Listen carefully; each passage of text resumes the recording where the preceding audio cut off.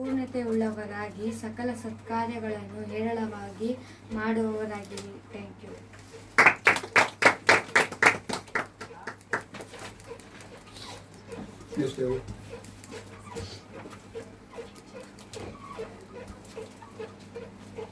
ಜ್ಞಾನೋಕ್ತಿಗಳು 16ನೇ ಅಧ್ಯಾಯ 24-25ನೇ ವಚನ.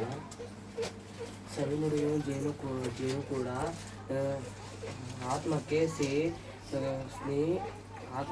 ಸೇರಿ ಮನುಷ್ಯರ ಎಲುಬೆಗೆ ಕ್ಷೇಮ. ಮನುಷ್ಯ ದೃಷ್ಟಿಗೆ ಸರಳವಾದ ತೋರುವ ಒಂದು ದಾರಿ ಉಂಟು, ಕೆಟ್ಟ ಕಡೆಗೆ ಅದು ನಮ್ಮ ಮರಣ ಮಾರ್ಗವೇ.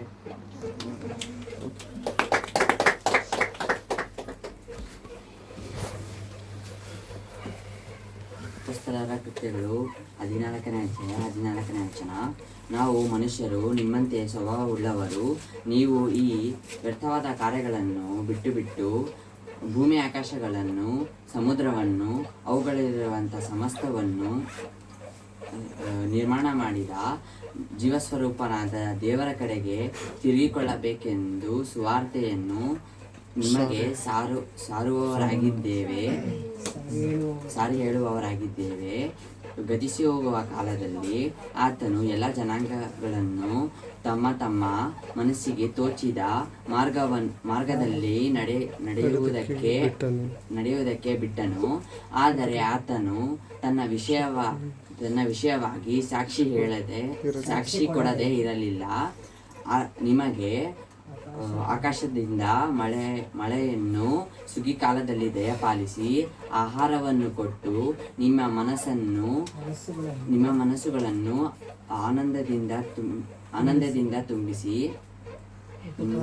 ಆನಂದದಿಂದ ತುಂಬಿಸಿ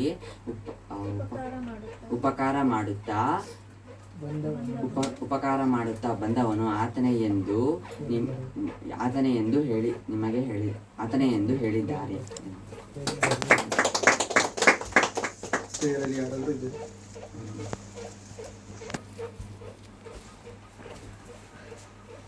ದಾವೀದನು ಬರೆದ ಕೀರ್ತನೆಗಳು 89ನೇ ಅಧ್ಯಾಯ 36ನೇ ವಚನ. ಅವನ ಸಂಗಾತಿಯು ಶಾಶ್ವತವಾಗಿರುವುದು, ಅವನ ಸಿಂಹಾಸನವು ಸೂರ್ಯನಂತೆ ನನ್ನ ಎದುರಿನಲ್ಲಿದ್ದು ಚಂದ್ರನಂತೆ ನಿತ್ಯಕ್ಕೂ ಸ್ಥಿರವಾಗಿ ಇರುವುದು.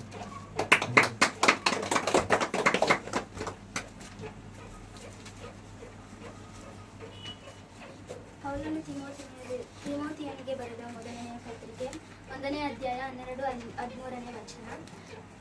ನನಗೆ ಬಲವನ್ನು ದಯಪಾಲಿಸಿದವನು ನಮ್ಮ ಕರ್ತನಾದ ಯೇಸು ಕ್ರಿಸ್ತನೇ. ಮೊದಲು ದೋಷಕನು, ಹಿಂಸಕನು, ಬಲಾತ್ಕಾರಿಯೂ ಆಗಿದ್ದ ನನ್ನನ್ನು ಆತನು ನಂಬಿಗಸ್ತನೆಂದು ಎಣಿಸಿ ತನ್ನ ಸೇವೆಗೆ ನೇಮಿಸಿಕೊಂಡದಕ್ಕೆ ನಾನು ಆತನಿಗೆ ಸ್ತೋತ್ರ ಸಲ್ಲಿಸುತ್ತೇನೆ.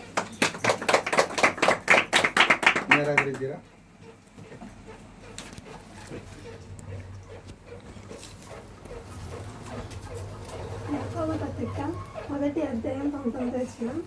నా ప్రియ సహోదరులారా, మీరు ఈ సంగతి ఎరుగుదురు గనుక ప్రతి మనుష్యుడు వినుటకు వేగిరపడువాడును, మోపగించుటకు నిదానించువాడును, మాటలాడుటకు నిదానించువాడునై ఉండను.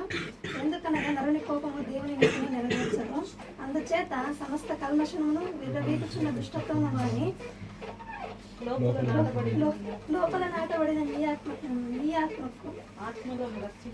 ఆత్మలను రక్షించుటకు శక్తిగల వాక్యమును సాత్వికముతో అంగీకరించండి. మీరు విలువారు మాత్రమే ఉండి మిమ్మల్ని మీరు మోసపుచ్చుకొనుక వాక్యం ప్రకారం ప్రవర్తించువారై ఉంటుంది.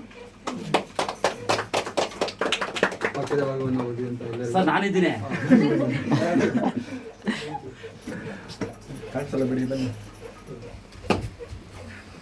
ಜ್ಞಾನೋಕ್ತಿಗಳು 28-27. ಬಡವರಿಗೆ ದಾನ ಮಾಡುವನು ಕೊರತೆ ಪಡೆಯನು, ಕಣ್ಣು ಮುಚ್ಚಿಕೊಳ್ಳುವನು ಬಹು ಶಾಪಕ್ಕೆ ಒಳಗಾಗುವನು.